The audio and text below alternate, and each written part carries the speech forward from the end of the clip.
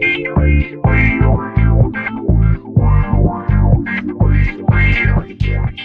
YouTube, it's me, Sister Girl Tuesday, and as you can see, I am joined by some fabulous guests. I'm gonna let them go ahead and introduce themselves. Tell us who you are. I'm Warren Williamson.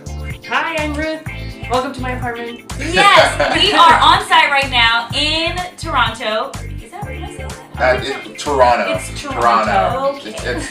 It has a T, but it's Toronto. If you're Toronto, like Toronto. That's where we are.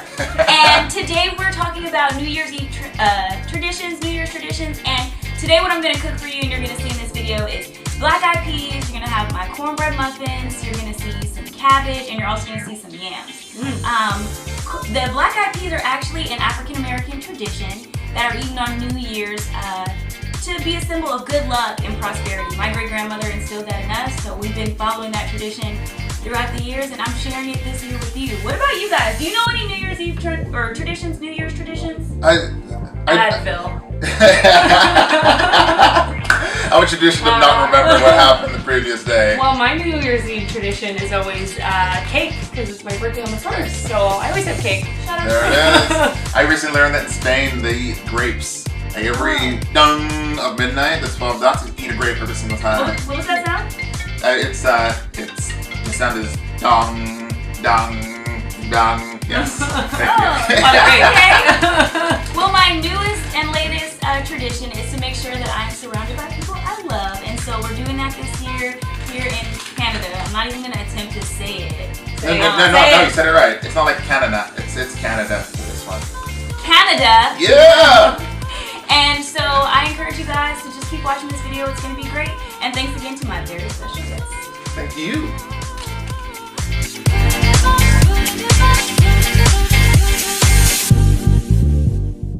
So the first thing you're going to do is a quick soak on your black eyed peas. I have a 1 pound bag of black eyed peas that I'm just thoroughly rinsing with some cool water. And then I'm going to transfer those peas into a cooking pot. And I'm adding 6 cups of water.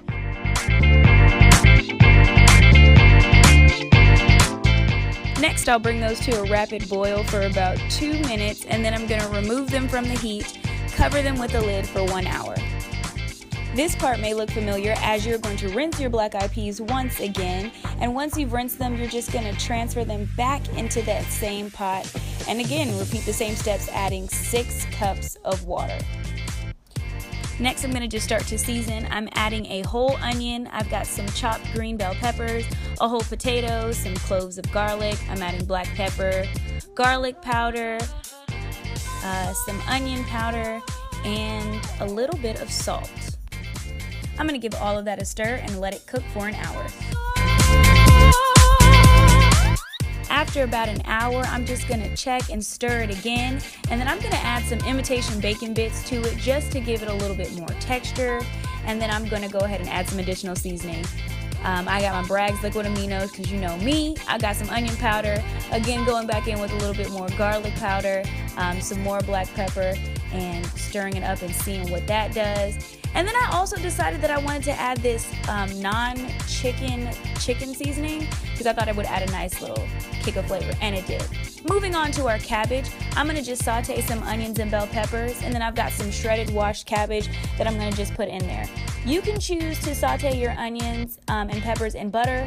I was running a little low on butter, so I went ahead and used some olive oil. And then you know my simple seasonings: onion powder, garlic powder, black pepper, a little salt, and then I'm adding about a 1/4 cup of water, giving that a good mix around, and then I'm going to put a lid on it and let it do its thing. I chose to go back in and add some jalapenos, and I also added some more shredded cabbage, and that's about it.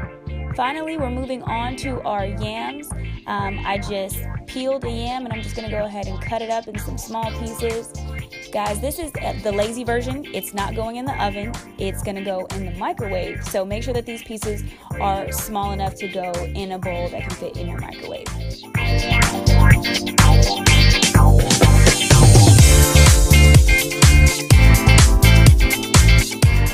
Put them in a microwave-safe bowl, add a little bit of water, cover it, and I microwave these for 15 minutes. Next, I'm just going to take a little bit of butter. You can use as much or as little as you like, and go ahead and just mash up those yams with a fork. Next, I've got some nutmeg going in, a little bit of cinnamon. gotta have a little bit of salt to bring out that sweetness. I'm adding some brown sugar, and then I'm gonna follow it up with some white granulated sugar and just give that a stir. Also, vanilla tastes great in this if you have it, and sweeten to your heart's content. Give that a mix, and then it's ready to rock and roll. Once you've plated it all up, I'll let you know that it tastes just as good as it looks. I hope you guys enjoyed this video. Let me know in the comments below.